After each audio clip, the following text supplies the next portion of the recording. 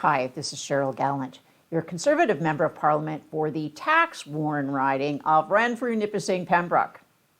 Yesterday, two items of note occurred in the House of Commons. Firstly, the NDP Liberal government passed a free trade agreement fashioned in the image of themselves. A trade agreement negotiated by the Harper government was already in place and not due to be reviewed for another 3 years. Our incompetent government, led by a desperate leader, was eager to save face over his failed carbon tax. Canadians from coast to coast to coast are rejecting it now that they understand how it's driving up the cost to heat and even eat. So what's he do? He imposes it on people in a country that's at war, who need the flexibility to rebuild once the communist war criminals who've invaded their country are defeated. Trudeau literally has the people of Ukraine over a barrel of oil. They're dependent on the very country that's murdering and kidnapping their children for fuel to keep them warm and the lights on. Instead of giving Ukrainians a helping hand with no strings attached, Trudeau handed them a poison pill. We in the Conservative caucus proposed our nuclear technology and to sell our civilian-grade uranium from Saskatchewan to power their nuclear plants that would give emissions-free electricity to Ukrainians to replace the bombed-out electricity plants. The Prime Minister did not include that in his deal because he doesn't want affordable energy. He doesn't want the jobs to come back to our resource sector. All he wanted was to try and save his carbon tax. We all know that he was desperate to save his carbon tax, but for him to use the people of Ukraine as a pawn in his scheme to save the carbon tax is a level of cynicism that we didn't even expect from this Prime Minister. When Pierre Poilievre is Prime Minister, we'll have a free trade agreement with Ukraine, and that agreement will not include a carbon tax. It'll include the ability for us to provide clean Canadian nuclear energy and natural gas to have a strong energy superpower status for Canada. The hypocritical members in the NDP Liberal caucus pretend to support Ukraine, but they supported the Prime Minister signing off on a turbine to go from Montreal to Putin so that he could power his natural gas pipeline and pump gas into Europe to fund his war. That's Trudeau's priority, to give Putin more money selling natural gas.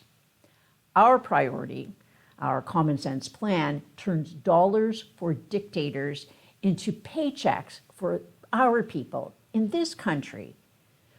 With yesterday's fall economic statement, we were reminded about the misery that is visible across this country.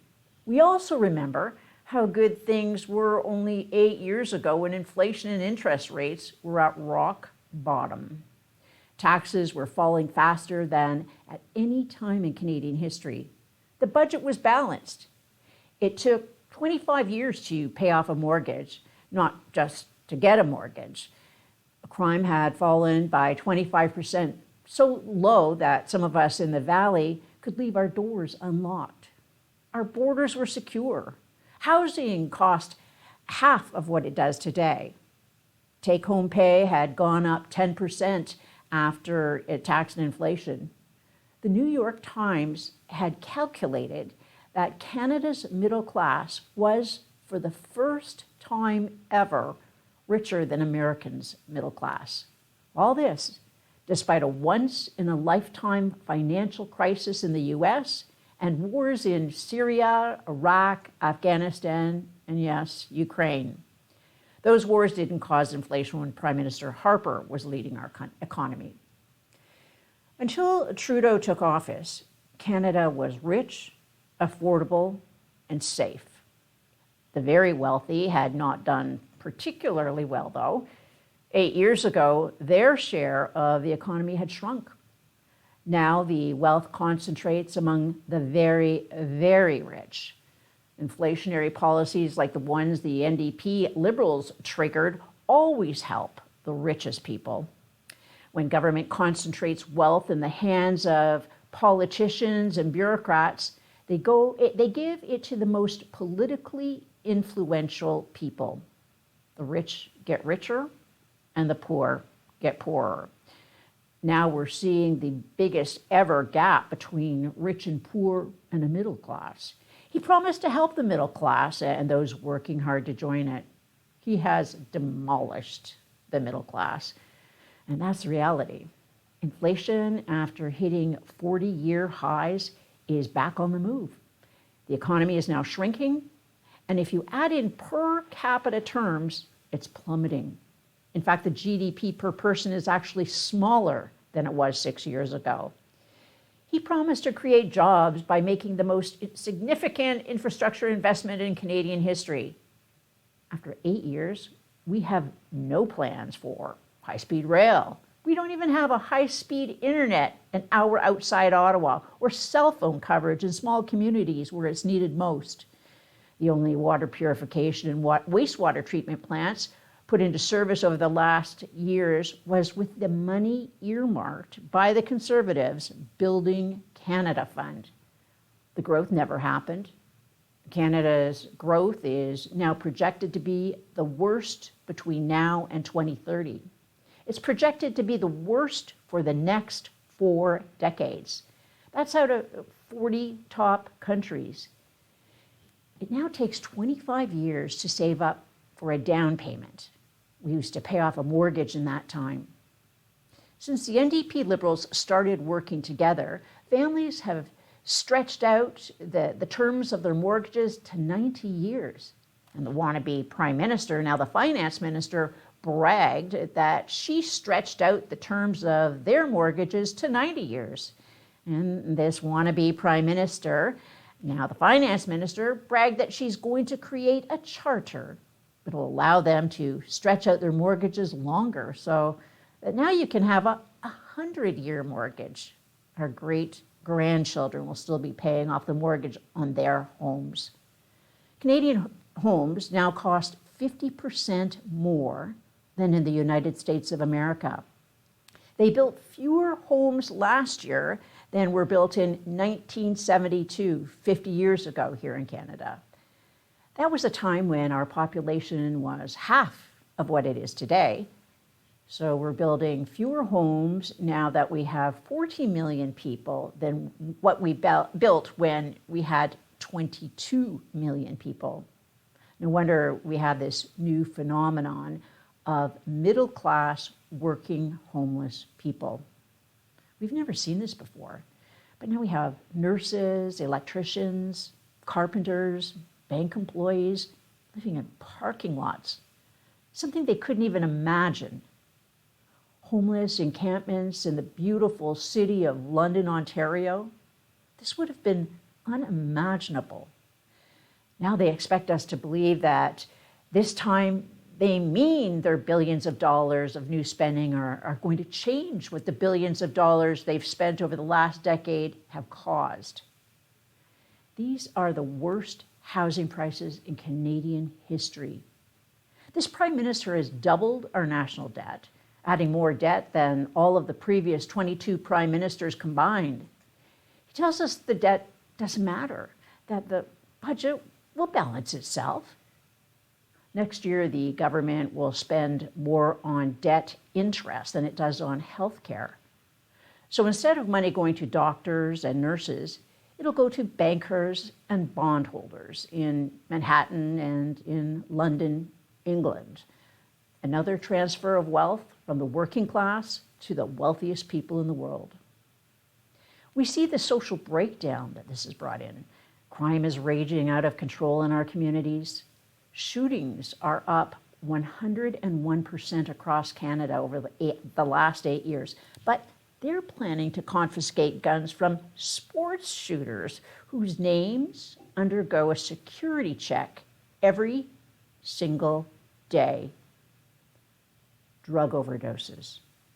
Who would have imagined people shooting up with illicit drugs on the main streets of rural Canadian towns with cops just looking the other way. The breakdown is the obvious consequence of the economic breakdown that the Prime Minister has caused. What was the money spent on? Well, $54 million for the ArriveCan app that we didn't need, didn't work, and could have been done in a weekend by a couple of IT workers. We know this because a couple of IT workers, as a laugh, bought a few boxes of pizza and a case of beer and redesigned the entire ArriveCan app in a weekend. It didn't cost them $54 million. And the app is causing particular misery for people who had flip phones, still being sent threatening letters or having liens put on their homes. Then they blew $1 billion on a so-called green fund. The top bureaucrats who were involved in it say that it's a money-for-nothing scheme with gross incompetence that reminds them of the sponsorship scandal. The chair of the fund gave $200,000 of that money to her own company. Now we find out that the $15 billion they're giving to a single battery plant is going to pay for 1,600 foreign workers. 1,600 foreign workers who have no place to live in Windsor. Windsor, Ontario has a housing shortage too. Now the Prime Minister's solution is to spend precious tax dollars on paychecks for people on the other side of the world to come here temporarily, collect the money, and take it back to South Korea. Now, we all love South Korea. It's a great country, but there's no reason why Canadian taxpayers should be subsidizing their paychecks. Canadian tax dollars should exclusively go to Canadian paychecks. That's common sense. This Prime Minister wastes money through missed opportunities. We could develop our resources. We could be breaking dependence on the world's dictator's blood oil. This is the worst time in Canada's history for the Canadian people, particularly for the middle class.